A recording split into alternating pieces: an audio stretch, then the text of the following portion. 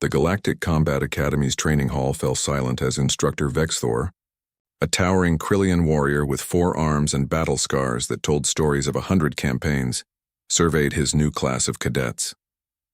His compound eyes swept across the assembled beings, Draconians with their crystalline scales, Chentauri whose tentacles coiled nervously, and Vorgons whose chitinous armor gleamed under the fluorescent lights. And then there was the human. She sat in the back corner, unremarkable by galactic standards.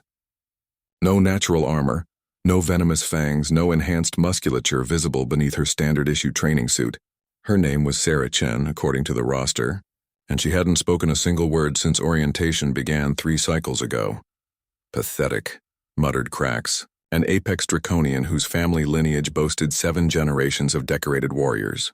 He flexed his talons, each one capable of shearing through titanium. They let anything into the academy these days. Several cadets chittered in agreement. Humans were a novelty species, recently discovered, barely spacefaring with no notable physical advantages. The general consensus among the galactic community was that humanity had survived through sheer luck rather than capability. Instructor Vexthor's mandibles clicked sharply. Silence. Today you will demonstrate your species' combat methodology. Pair off, no weapons, no enhancements. Pure skill. The cadets scrambled to find partners of similar size and capability.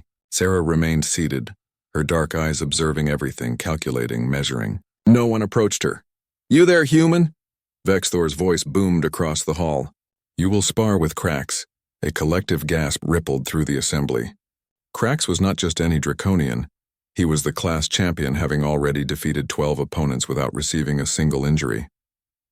His people were bred for warfare, their entire civilization built upon martial honor. Krax's lips curled back, revealing rows of serrated teeth. "This will be brief, Instructor." Sarah stood slowly, rolling her shoulders with a fluidity that might have warned a more observant opponent. She walked to the center of the training mat, her footfalls barely making a sound. Even her breathing was controlled, measured. Giving nothing away. "Combat protocols engaged," announced the facility's AI. "Participants, assume your positions." Krax dropped into a traditional draconian war stance, aggressive, forward-weighted, designed to overwhelm opponents with raw power and speed. His muscles tensed beneath his scales, and his tail whipped the air with anticipation. Sarah simply stood there, feet shoulder-width apart, hands loose at her sides. She didn't even raise her guard. "Is the human broken?" whispered a Chentauri cadet. "Perhaps she's accepted her fate," another replied. "Begin," Vexthor commanded. Krax exploded forward with the velocity his species was famous for, closing the 15-foot distance in less than a second. His right talon swept toward Sarah's midsection in a strike that would have disemboweled lesser beings. She wasn't there. Sarah had shifted her weight, pivoting on her back foot with such minimal movement that several cadets missed it entirely. Krax's strike met empty air, and his momentum carried him forward, directly into Sarah's trap. What happened next would be analyzed in Academy combat recordings for years to come.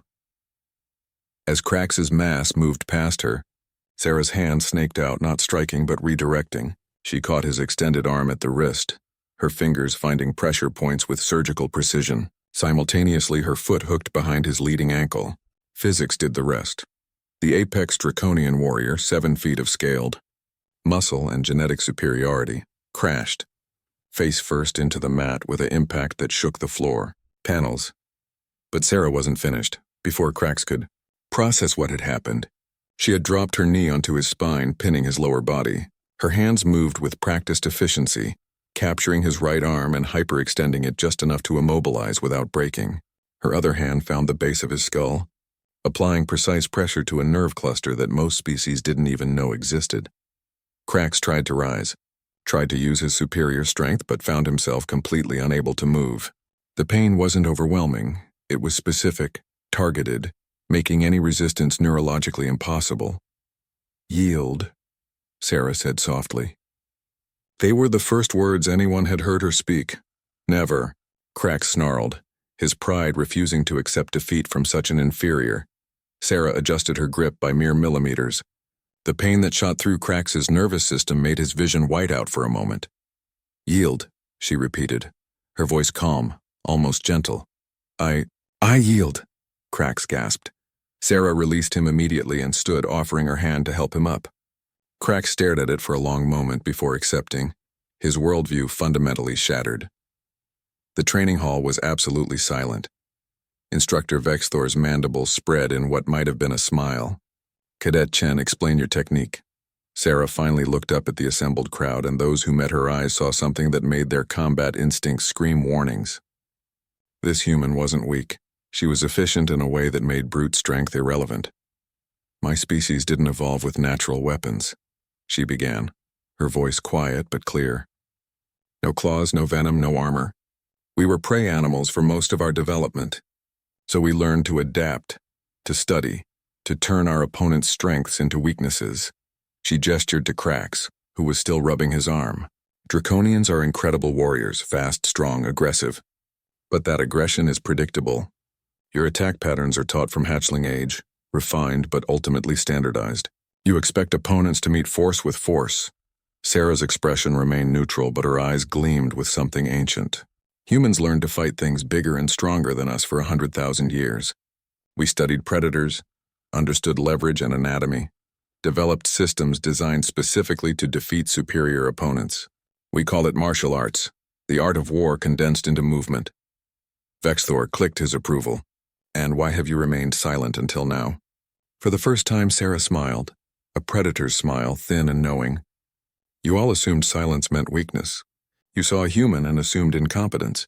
These were useful assumptions. She looked around at the assembled cadets, many of whom now shifted uncomfortably under her gaze. My instructors back home taught me that the greatest weapon is the one your enemy doesn't know you have. So I watched. I learned each species' fighting style, their strengths, their blind spots. Sarah turned back to Krax. No disrespect intended.